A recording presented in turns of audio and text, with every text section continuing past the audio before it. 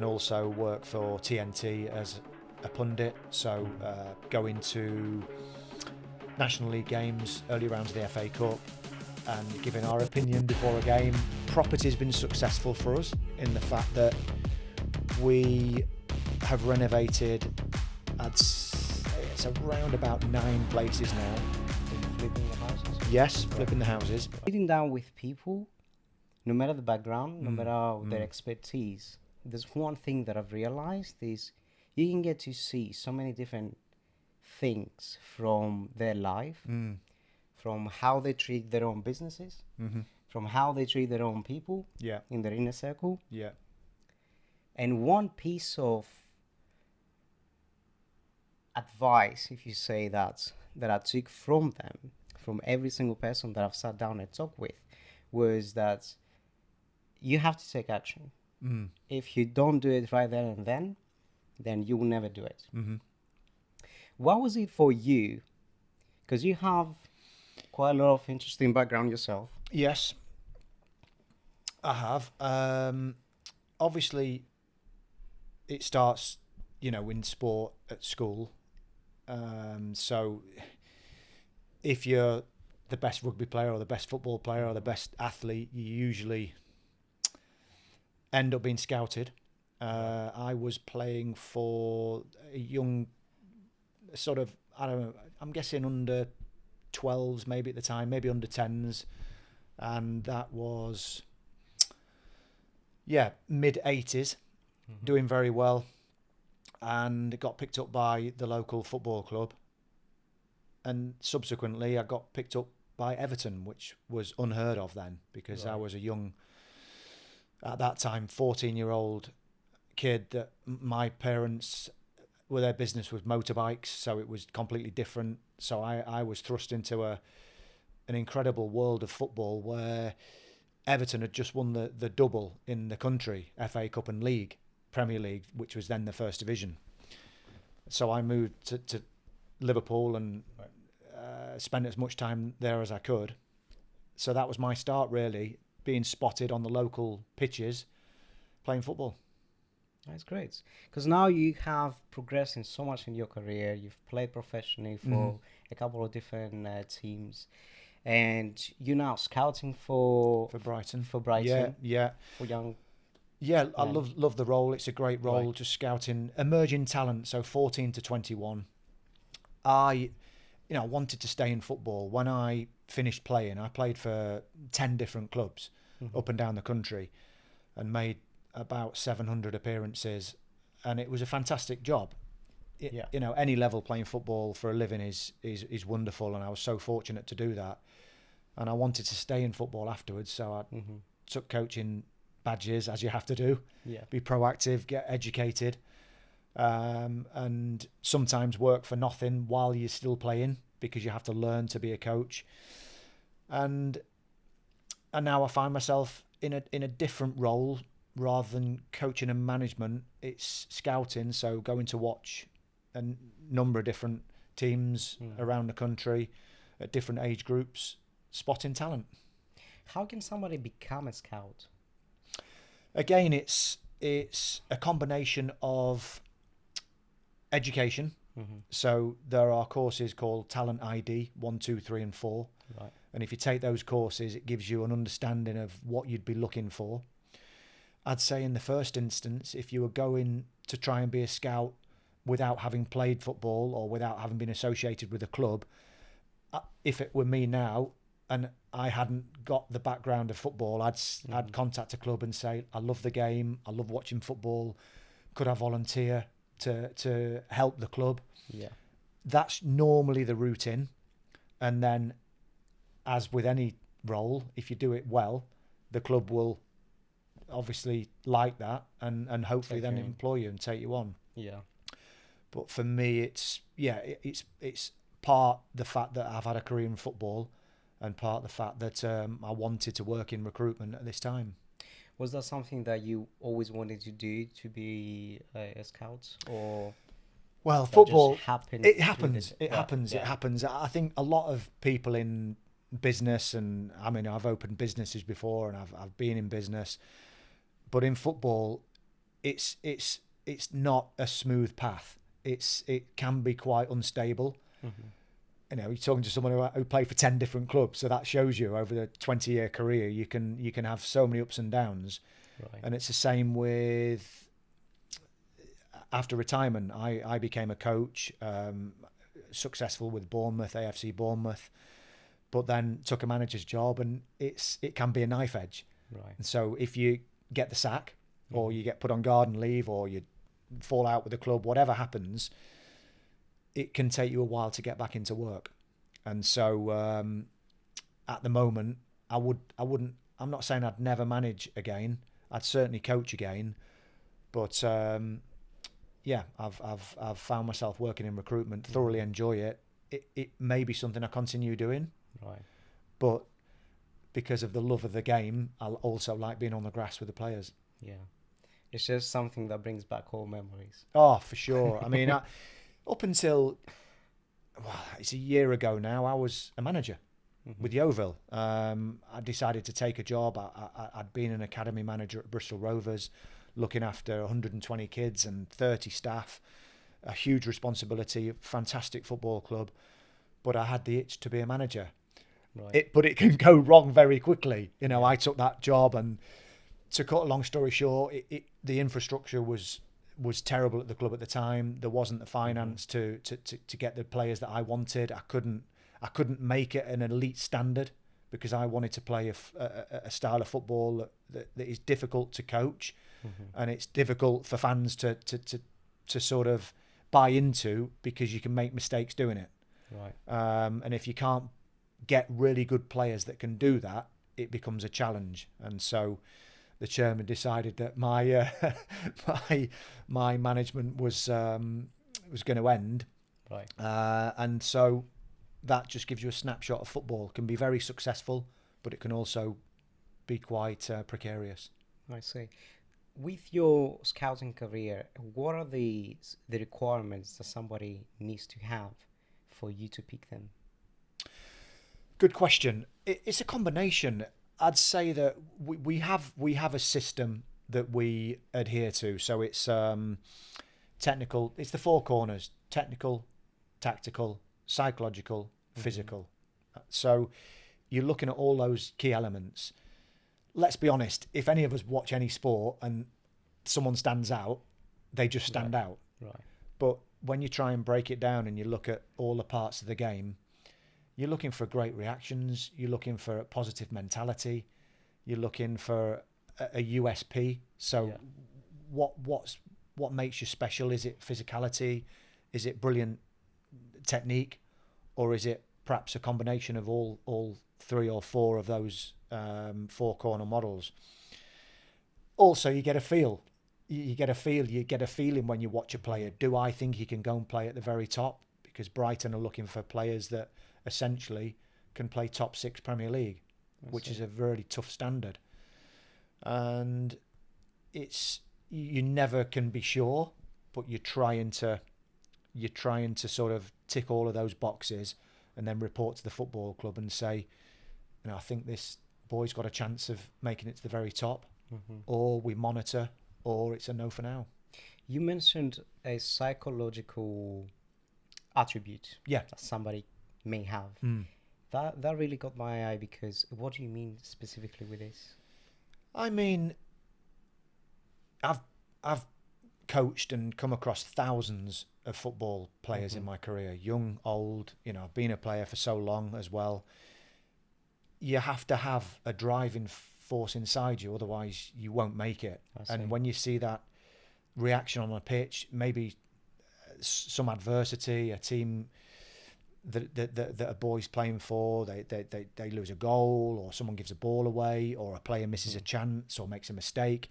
It's just seeing that reaction and seeing that vitality and exuberance to go and, I suppose, get over it quickly. That's a big tick for me. Right. I think that's so important in sport, because you get a lot of adversity in sport for sure. So is the enthusiasm, is the willingness to be different, and is how you separate yourself from the rest of the people. Yeah. that can get you what you want. I think it can. I think when you look at this is going into a technical side of it, because elite sport, when you're looking at a basketball player, a footballer, American footballer, looking at the 10,000 hour rule. So between 8 and 18, if you've done 10,000 hours of that sport, you'll be proficient. So all the players you look at are good. Right. But how many of them are really, really elite? And that's the difficulty with picking those players out. But as I said, that sort of trait of resilience and of great reactions with the ball, without the ball, they're what I would specifically look for, as well as, being very good in your position, because you could be looking at a left back one week and you could be looking at centre forward the next. So it's quite a unique role. And if I look at a club like Brighton, and I'll give you an example of why the recruitment's so important. They signed, I believe, Casado for around £4 million. I beg your pardon if I'm mistaken slightly, but it's around 4 million. And I'm pretty sure, give or take, and I'm pretty sure 2 years later they sold him for 115. That's an investment. That's an asset. Exactly. So he certainly had a USP. Right. But it just gives you an indication of why clubs are looking all over the globe for players, specifically in England because of Brexit and not being clubs aren't allowed to sign players under the age of 18, where previously they would have. It means that this marketplace of players in England is absolutely saturated. So all Premier League clubs and Championship clubs are looking for the same players, or looking at the same players. And so it comes down to I suppose a negotiation between the clubs, if the clubs agree that the player can go, and then if the price is met by both parties and the parents are happy, because that's probably the most important for younger players, that the parents and the families feel supported and happy that the player wants to go to the particular club. Yeah, so what important. ages are we talking about here? Well, we're talking about anything from 13 to, as I say, 21. But usually once those players have hit the 19, 20, 21 mark, then you're talking about some significant amounts of money. So if you were looking at a younger player, you have to be very, very mindful of education. They have to be within a certain distance of a team as well, because they're not allowed to travel over a certain amount of time, because it's unfair on the child and the family. Yeah. So there's so many variables involved with signing a young player, but the care and the safeguarding and the pastoral care of a player is absolutely at the top of the priority list, because obviously it's a big move for a family and a player. It's very interesting that you're saying that. You said that is very saturated, and I think this applies to anything, and with business as well. And I'm trying to think and see it from a different perspective when you're talking about certain things. And one thing that I've noticed is just precisely that. How can somebody break into a very saturated field, no matter whether that's your business, no matter it's your football? And you also mentioned that the entry point, the standards that are so high for a 13-year-old boy to meet, it must be, the way at least I see it, you must be brought up by your family, because it's based on your ethics. It's based on, because the things that you're looking for is outside of football primarily, and you build the things that you want to craft within when somebody joins you. But the very basic things are coming from the family and the society, without a shadow of a doubt. Academies and football clubs are trying to bridge a gap that might not be there, with care, certainly with education. But you're absolutely spot on. That upbringing, that care and attention to detail from parents and from families and support is without doubt one of the most important things. There's a great podcast about Scott McTominay, high performance, and he talks about his parents in the amount of hours that they've spent trying to get him. That he thanked his parents for doing that, which is really good of him, because to get to play for Manchester United, that's a big thing. But he said he wouldn't have been able to do it without his parents getting him there. And we're talking about 3, 4, 5, 6 times a week, players being taken to a training ground, and it could be up to an hour and 20 minutes each journey. Late finishes, and then my son's been through it, so I've got 3 children. My son's been through an academy, and we'd be picking him up at 8, 9 o'clock at night, and he'd come back and he'd have to do his homework, and it's just a relentless life. So you have to build up some real resilience, and it does come from your parents. But I look back at my time, I couldn't imagine not being a footballer.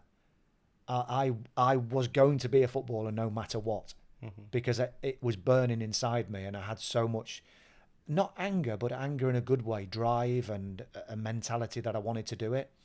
I didn't end up doing what I wanted to do, because I wanted to play for England and I wanted to play in the Premier League. I was at a Premier League club, but at the time it was a very, very different place in Liverpool. And so when the decision came, I didn't want to stay. So I returned to my hometown, to Grimsby Town. Do you see your younger self when you taking or going with your son to the training fields? Well, I find it, yeah, I do. I mean, my son's older now, so he's been through that. My son's 24. Okay. I know that you can't believe that, can you? But yeah, he's 24, so he's now playing professional football as well. He's played League One, League Two. He's currently playing for another team, and I still find it really difficult. One of my daughters as well was an elite gymnast and athlete, and that was also, it's so difficult to watch, because there's so much emotion, and it's a difficult.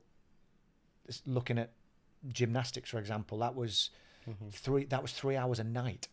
That was 4 o'clock. If we could get there at 4 till 7, 5 nights, and then a competition on a Sunday.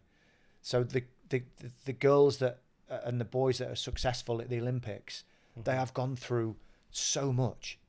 They love what they do, but they also have sacrificed immeasurably to get there, because you're giving up a social life to a degree. You're constantly looking at your diet. So it takes. Have they been training from a young age? For sure. Isabella, my daughter, started at around 5, 6 with the gymnastics, and carried on until around 13, and then transitioned into athletics, and the same every night, and then we'd go to compete on a Sunday. It's so interesting, because as Isabella then turned into a young girl and was meeting people and going out and doing all the things that young girls do, she met a rugby player. So I've gone from watching a lot of football to watching a lot of rugby, because Isabella is living now with Harvey Skinner, who plays for Exeter Chiefs, and they're a very successful club. But it's been really refreshing for me to see another sport, and I now feel the emotion like I'm watching my own son, because I know it means so much to him and means so much to my daughter, that we're invested as well. And when they have a great game, you want to celebrate with them, and when they don't, and when they lose, and it's so nice. That's a very genuine moment. It's fantastic. A wholesome experience. Yeah, I love it. I love watching it.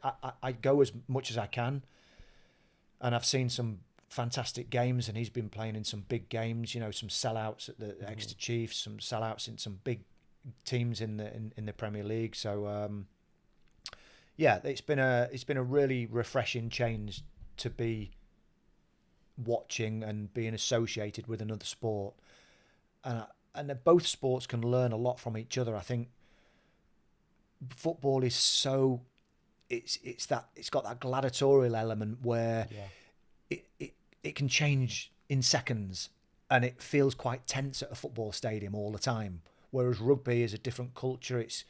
It's a nice environment.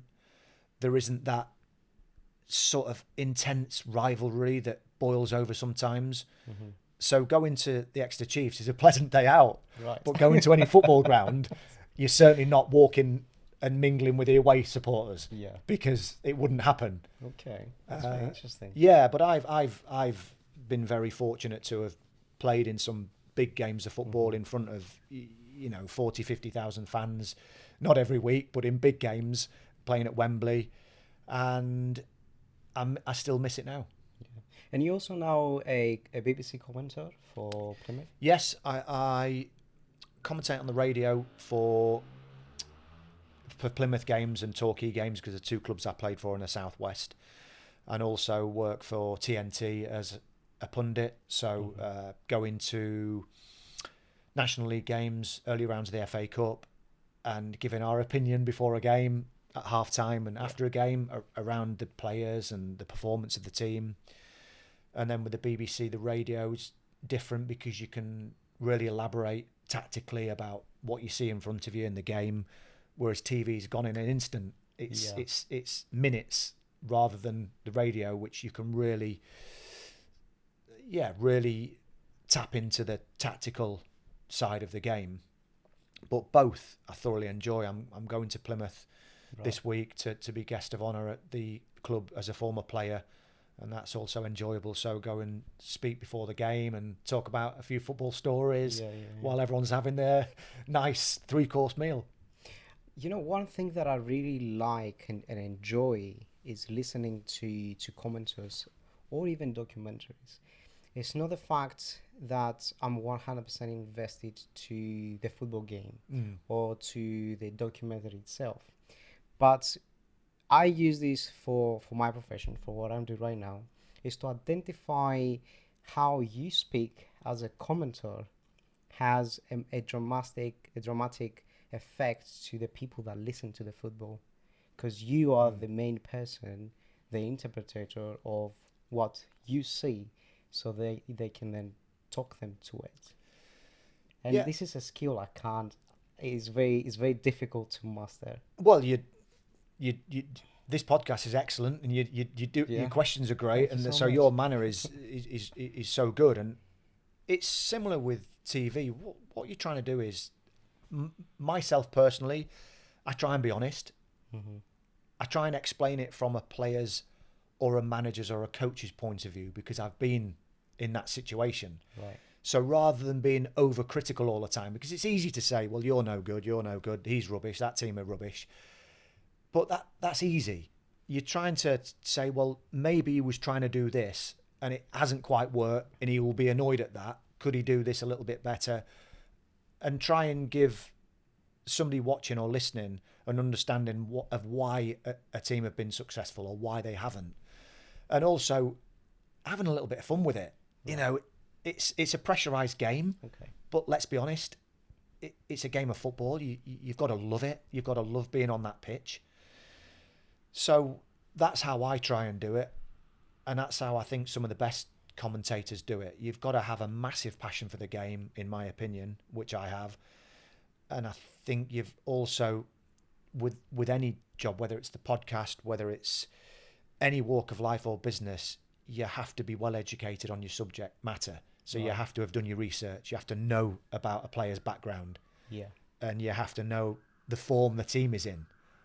And a bit of context around the football club. Then a fan watching of a particular team will say, oh, he knows my club. He knows my players. I respect that. And that's what I would try and do.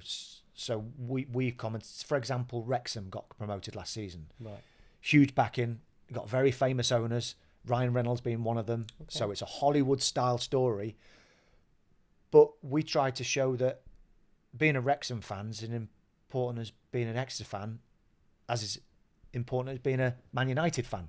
Yeah. They're all important for that particular area. And so we try and get that point across.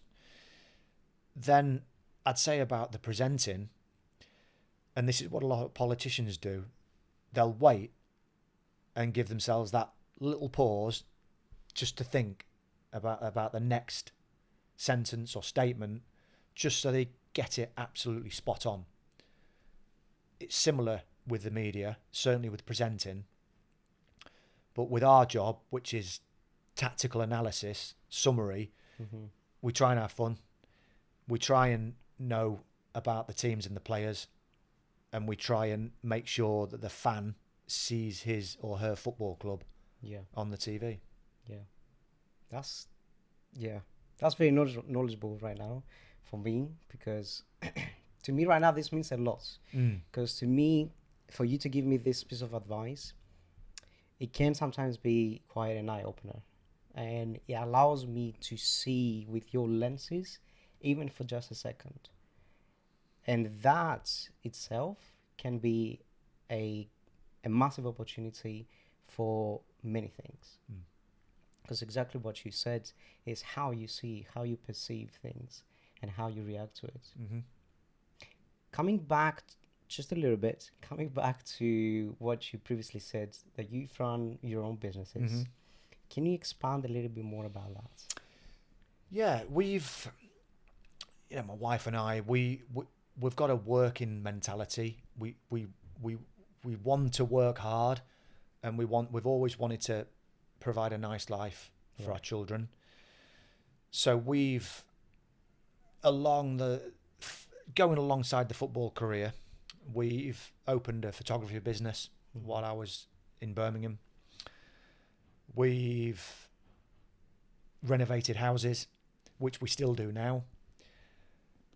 I suppose it isn't a type of entrepreneurial spirit, because if you don't try, you'll never succeed.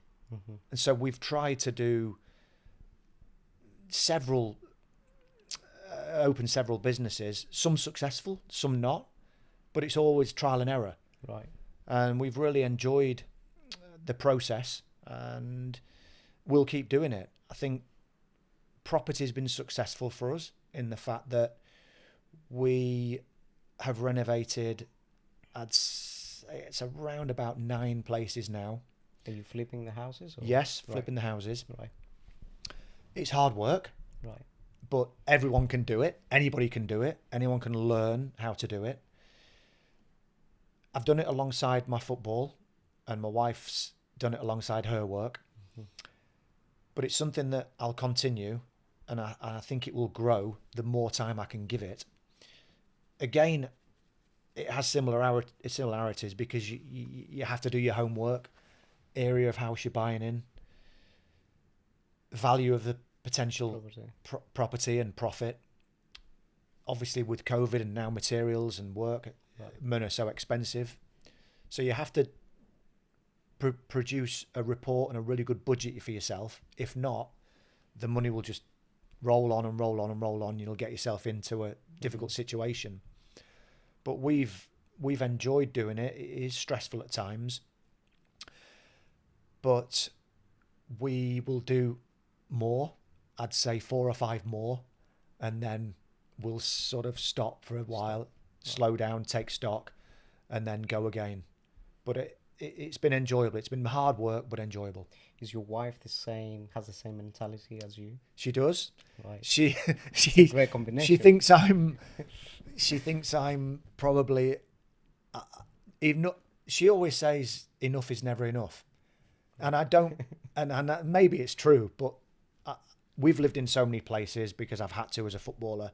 We've met so many different people, and I'm a glass half full type of person.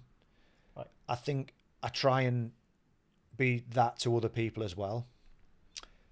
And I have tried to go into a number of different fields, some successfully, some not. So when I was coming to the end of my playing career, where more often than not as a footballer with no formal education, because back when I did, you leave school at 17 and because you want to play football. At the end of your career, there's a big wall in front of you. It's about 100 foot high, and you've got to get over it. But you need skills to do that. You need pieces of paper. You need education. So towards the end of my playing career, I was taking my football qualifications, my coaching badges, and I was also being proactive. And I'd say to anybody else to do this, to contact people. For me, it was contacting people in the media. It was saying I'll do something for nothing. It was doing as much radio as I could, as much TV as I could. And then in the end, you become employable because you've put the hard work in and you've shown people that you're prepared to do it. Mm-hmm. So those sort of characteristics stayed with me from my football career into house renovations, into the media. Mm-hmm. And that they're the things that I'll continue because I enjoy both. You've been an author twice for 2 books that you've written. Yes. Right. I had a brief look on the books. Quite good. Thank you. Wow. So, well done for the books. Thank you. How did you come with the idea of becoming an author? Well, again, I contacted the local paper and said, I love writing. Would you like me to write a column for the paper? So At the time, it was the Herald Express and then latterly the Express and Echo. So a Torquay Torbay paper and then an Exeter paper. So I started a column each week. So I didn't ask any money for it. I just said, look, I'll write in the paper each week, write an article. But I did it about football as well as life. You know, I was a dad of 3 children. We were both working. It was for all of us, it's a busy life. There's so many stresses going on. So I would talk about, if it were this era, I'd be talking about lockdown and what stresses it's put on the family, as well as being a footballer. Fortunately for me, at the time I was writing that, I was captain of a football club, Torquay United, and we were promoted at Wembley. Right. So the end of it was a blog I was doing essentially. So before all the vlogs and the blogs, I was doing it 15 years ago. Mm-hmm.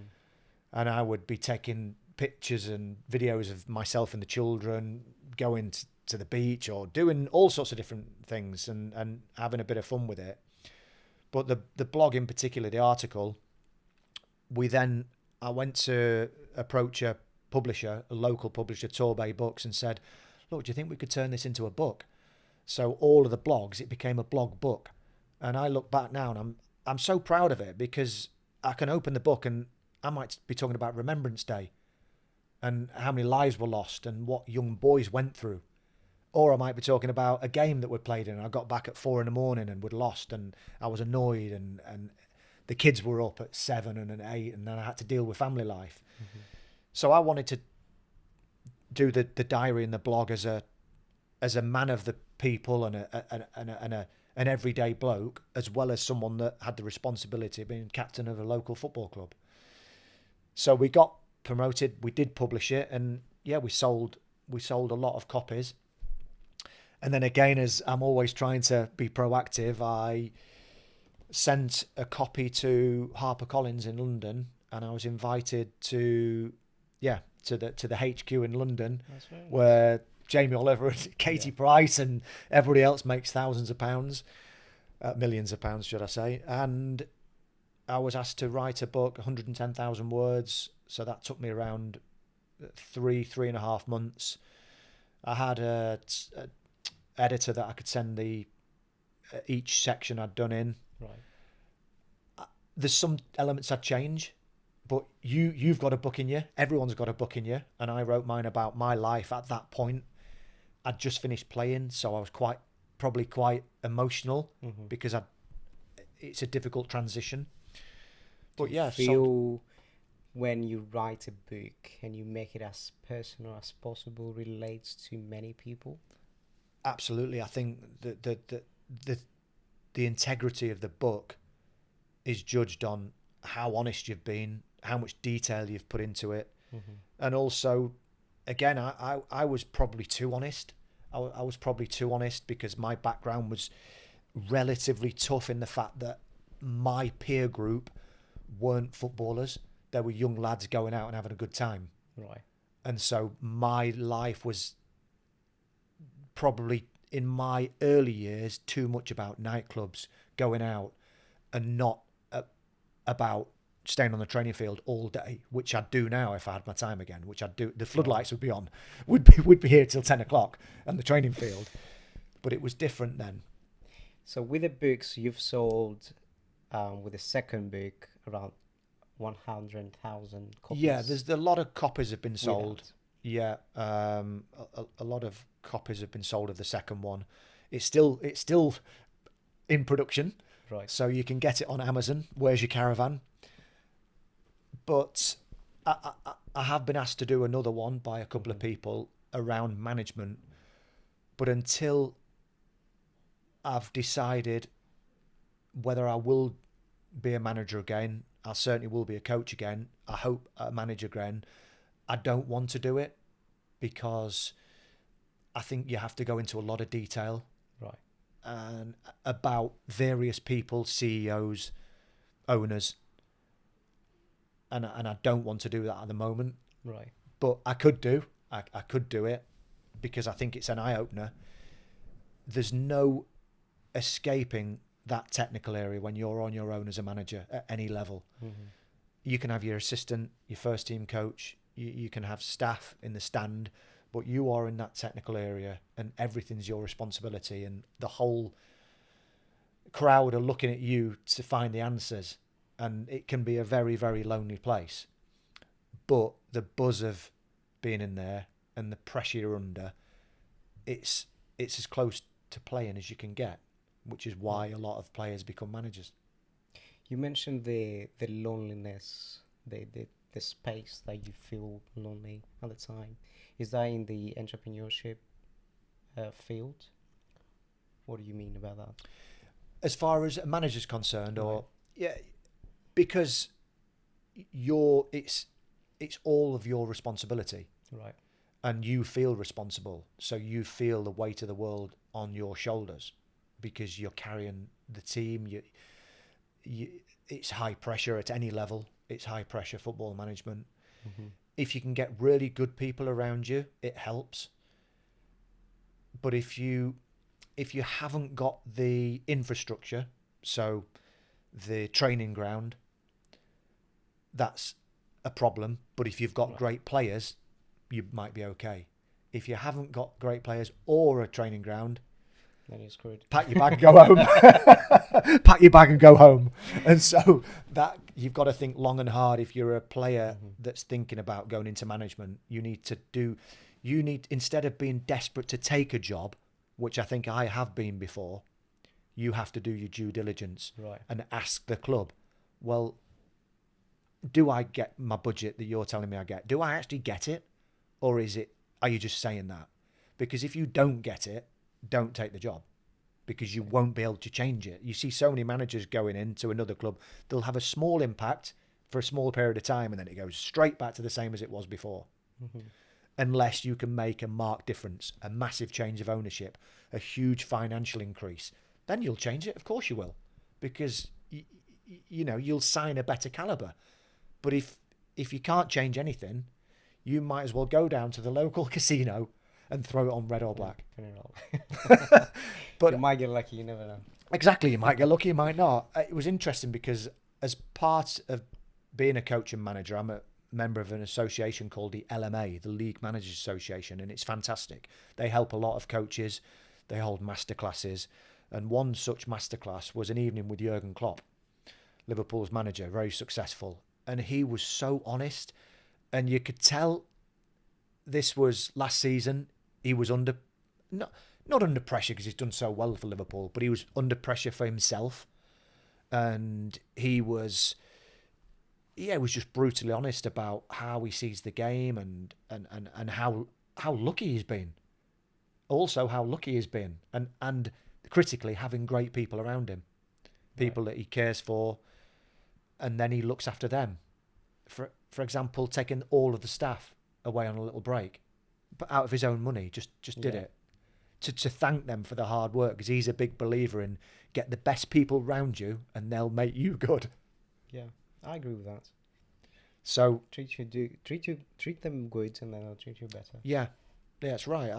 I try and do that. It's difficult sometimes in football because I've been under pressure in different roles. Certainly as a manager and as an academy manager at times when you're having to make decisions about players and about people and staff, but they're not my decisions. That I've been told to give the news, but it's not my decision. But as a leader and a manager, you have to stand up and deliver the news, try and show compassion if it's possible. But you have to either make the decisions or you have to give the decisions. That's it. I think that's what it makes, especially if you run your own business or if you do anything, that you're the person that has the final say. You have to be bold. You have to be able to lead, as you said, not only by your words, but also by example and actions. And, you know, we've been chatting here for a while, and one thing that I've noticed is your drive.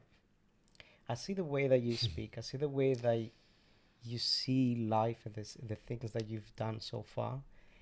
And I see drive in you. What has been the biggest thing, the biggest drive that it still pushes you to do great things? It's so difficult. It's to answer that. It's a fantastic question, but it's so difficult to answer. The only thing I can say is that I agree with my wife. Enough is never enough. And I don't mean just financial, because I don't need £10 billion to myself. Right. Because why would you want £10 billion to yourself if you can't help other people? There's so many things going on in this world that £10 billion could help. I don't want that. I suppose I want to be remembered.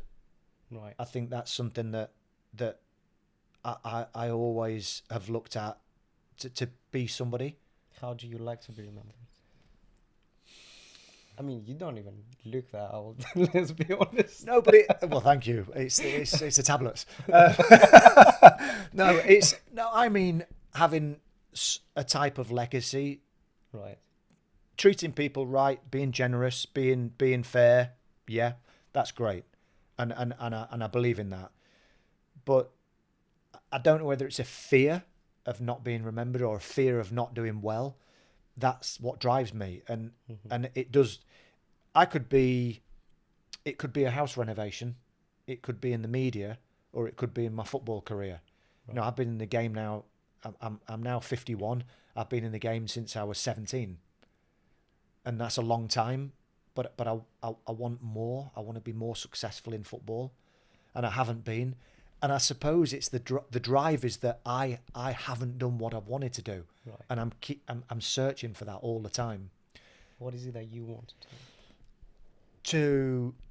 To get to the very top, and to be successful, and to have that legacy. I've heard a lot of people say the same, and it makes me smile when I listen to different people talk. Do you mean successful based on money or based on achievement? What brings you right? Achievement.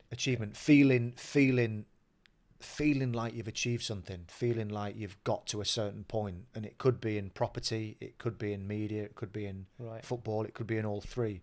But that's how I feel, and I'm way off that. I'm way off that, in my opinion, way off. But I've got a certain type of, I suppose, price bracket or amount of money that I want to earn through property. And that's not just for me to have, that's for my children. It's for the whole family's future. Right. So that's a big driving force. And I know it's a bit corny, but I want my family to be proud of me. And I've always wanted that. You know, I'm a working class lad from a relatively tough area, a beautiful place, Cleethorpes, but there's low unemployment in Grimsby and Cleethorpes. And I've managed to become a professional footballer and work in the media and be an author. And yeah, I want to make my family proud and my children. That's a great moment. I think they're going to see this episode back and say, we're proud of you, Dad. Well, thank you very much. I hope so, but it's you do everything for your family. You do Absolutely. everything. It means so much. Yeah, and it's crazy nowadays that people don't even consider it supporting their family or providing their own family. And I see this firsthand. Like, how is that even a thing? Like, to me, it comes as natural. If I wanna retire my parents, or if I wanna take them into a nice holiday, or just give them nice things, and you see all these trolls, all these people hating online, and they're not really, and they say, well, they can do fine just by themselves. I know that, but that doesn't stop me for me to feel that I can contribute and support them in a way that makes me feel okay with myself. Yeah, it's a great point. It's a fantastic point. This and that's not financial. That's just giving great support and giving your children more than money can give, which is the morals, the ethics, the character. It's not always perfect, but my children have now got the same mentality. They've got that sort of drive, and they want to do well. They want to achieve. They want the best they can get to, the best possible point. You've touched on online, and wow, I mean, the world has exploded, and I think it's so tricky I genuinely think it's tricky for the younger generation. They've got what looks like an instant perfect life within seconds on the phone. You go into Instagram, and I know a lot of people, very successful people on Instagram, but their lives are very, very different than it looks like on the phone. Yeah. So it's perception, and I think a lot of young people get drowned out by looking at how good someone's life is when it really isn't that good. And I think it's dangerous. And I didn't have that when I was younger. I didn't have a mobile phone. Imagine that, until I was 20, because they weren't in circulation. I'm 28 now. I barely remember days when I was in middle school that I used to talk with a friend, and we used to organize something for next week, and it was just a promise. Yeah. It were barely any phones, any messages. I'll see you next week, 8:00. Oh, and that was it. Well, that's so good. But I love that. I remember, my wife and I, we've been together a long time, but I remember I used to think, oh my God, I've got to phone my girlfriend, and I know her dad's going to answer. And even though the strange thing was, he used to answer the phone and say the number. I was thinking, I already know the number, I'm ringing it. Yeah. But he used to say the number. I can't remember what it was, but 01472. I said, yeah, it's Christian. You even know the numbers out loud. Yeah. Yeah. Can I speak to Fiona, please? Is that possible? Like, it's cringy. But it was great times. And I do think the younger generation are under a pressure that we have never seen before. So we can't be too critical all the time. But I also think the social media and the reality TV, it's instant. It's not instant. No one, very rare to get instant fame and instant money. You got to do the hard yards, and you got to work hard. And that's the way it's always been. And to me, that's the way it'll always be.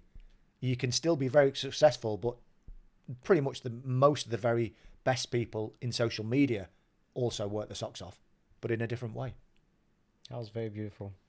Thank you very much for your time today. Loved it. And I hope we can do a part 2. Yes, let's go for it. Make sure you guys subscribe, follow for more.